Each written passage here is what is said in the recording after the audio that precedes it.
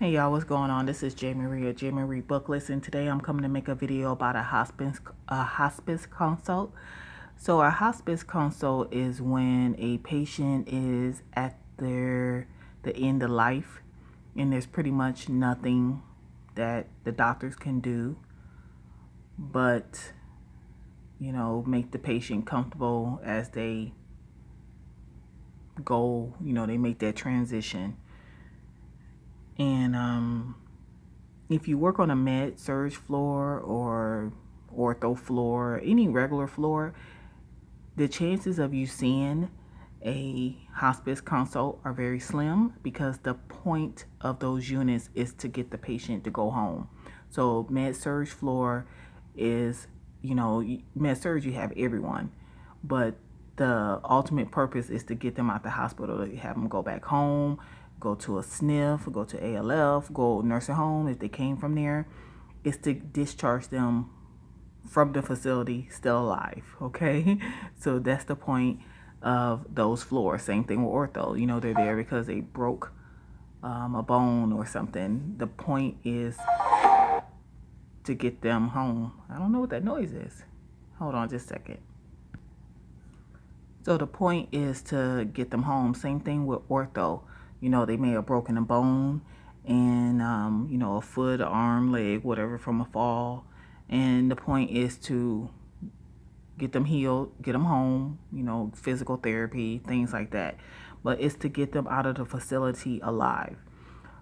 If you work on a oncology floor or a ICU, you are more likely to see a hospice consult, because ICU, people in and out the hospital because they are at the end of life. The hospital, the doctors have been prolonging their life, and now there is nothing that can be done. So you are more likely to see it on those type of units. So whenever, so like when I worked on the main floor, I always talk about the main floor in the ICU. When I worked on the main floor, we did get consults for hospice, because we also had the oncology floor. So we were responsible for that, for oncology. And but I didn't get it as much because I sat on the other side. So one side was med surge, and then the other side, because it was two secretaries. So one side was med surge, and then the other side was med surge oncology. So they were responsible for those patients, for the oncology patients. So they were more likely to get those consults if there were, because people, oncology is cancer.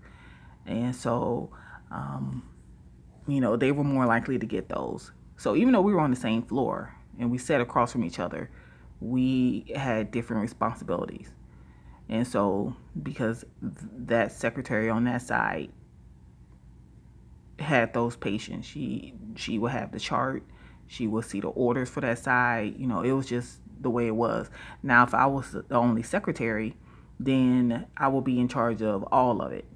But it was just the way the floor was set up. So that's why I say it's not common on the med surge, but I did see it. It just wasn't an everyday thing. And basically what it is the doctor would just put the order in the computer. Hospice consult, usually the doctor has spoken with the patient, spoken with the family. Usually they call the family there, and maybe all the doctors get together, or maybe the specialist, if the patient has specialists on their case, that they would speak to the doctor, the primary doctor, speak to, or leave a note, just however they communicate. And, so like patient is, a bad heart and or end stage renal, and there's really nothing, they can do. They'll communicate with each other, and then tell the primary, the internal, and then they may speak to the family, and then and the patient, and decide that it's that time. So usually they'll put the order in the computer. And the way it used to work is, sometimes we called it, like very seldom, like when the order was there we would call, but 9 times out of 10 the charge nurse called, hospice for that consult, or the nurse called. We really didn't call. The secretaries really didn't call, because when when we called over there, they would start asking questions. So we would call and say, "Hi, my name is Jackie, and I'm calling in a consult for hospice. We need," and they ask what room is the patient in, the patient's name, and then they may start asking other questions. So questions that we can't answer, like, is the family there?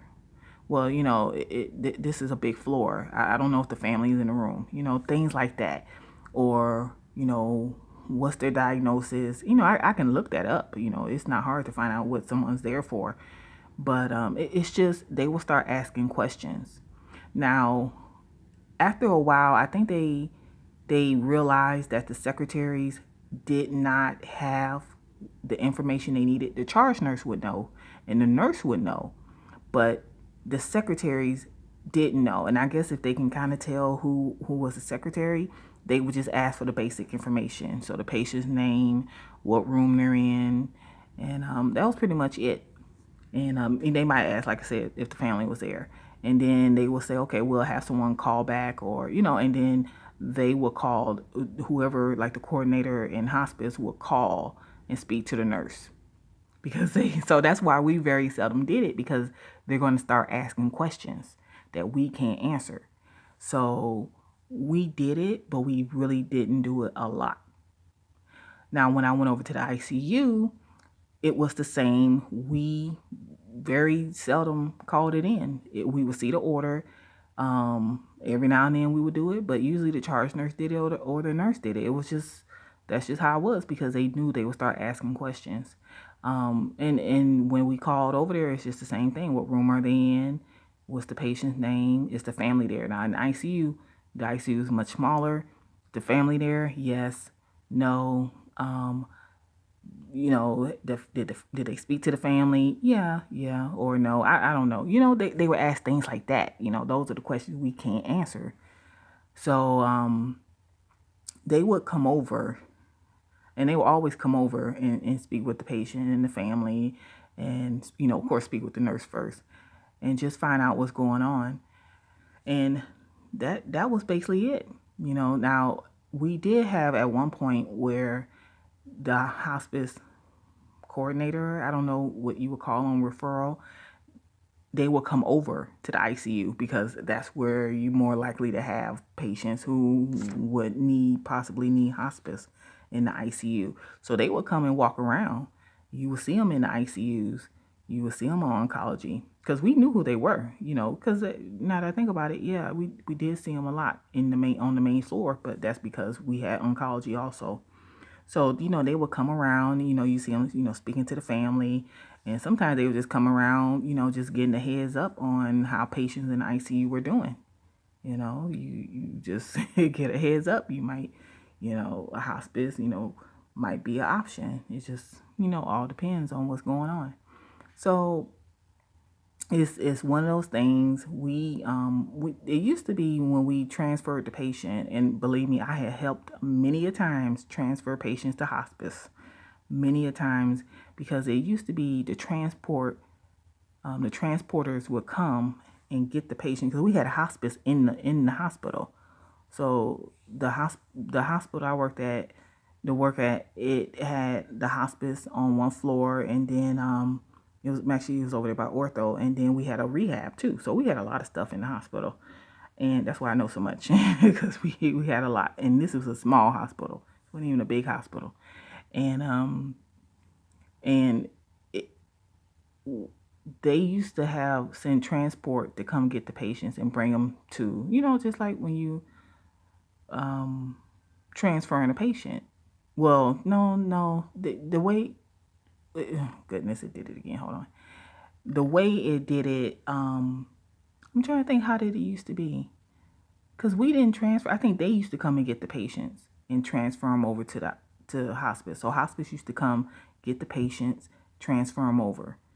And then they stopped it, and they was like, no, the nurses need to bring the patients. So we got to the point where we were pushing those beds with these patients in them, because they couldn't, there was no way they were on stretchers. Like, we did not put them on stretchers. That's how, because they're into life, they're hooked up to these machines. We pushed them in those beds, transferred them in the beds, up, down a ramp, up an elevator, and navigating into a room that they're going to die in. And it was just one of those things. And when I say I helped them many a times transfer those patients, I have. The family, following behind us or going ahead of us. And we send them ahead of us because it was going to take a minute to get everything. And then we will roll out and with the patient. And, you transfer them to where they're going to die. This is going to be the last. That's when they just went to hospice. Now, some people do hospice at home, so they go home with hospice. I made a video about the creepy stories, and the man who his wife was dying, and she was at home with hospice, and he had to get home, and then he ended up dying too. They both died on the same day, and that's the one I was seeing people in the corner. You go back and watch that video, and stories that'll make your spine tingle. I think that's the name of the video. But some people go home with hospice, and they go home to die. I don't know if I would do that, because I don't know if I would. I don't know. I don't know. I don't know how I feel about that. I don't know if I would bring my mom home or my family member home to die, and then I still live there. That's just kind of weird. But some people wanna die at home. They don't want to die in the hospital. And then some people don't like hospitals because their family died in the hospital. So it's just, I don't know. I don't know how I feel about that. But some people just want to be home. They want to be home. They want to die in their own bed. They want to die in their own house. And just, and you just put them over there, and, they're dying. They're going to die. And they just give them a lot of morphine and make it not painful for them to make that transition. So it's one of those things, like I said, calling in a consult for a hospice, you really don't do it, because I know where I was all these years, the nurses and the charge nurse did it because they would start asking questions. They want to know, I guess they want to know vital labs, this, that, and stuff we can't answer as secretaries. So that's my story on calling in consult for hospice. Now, if you do it differently at your hospital, you can put it in the comments below and let me know how you do it, or if the charge nurse or the nurse does it. This is J. Marie, and I'll talk to you later. Bye.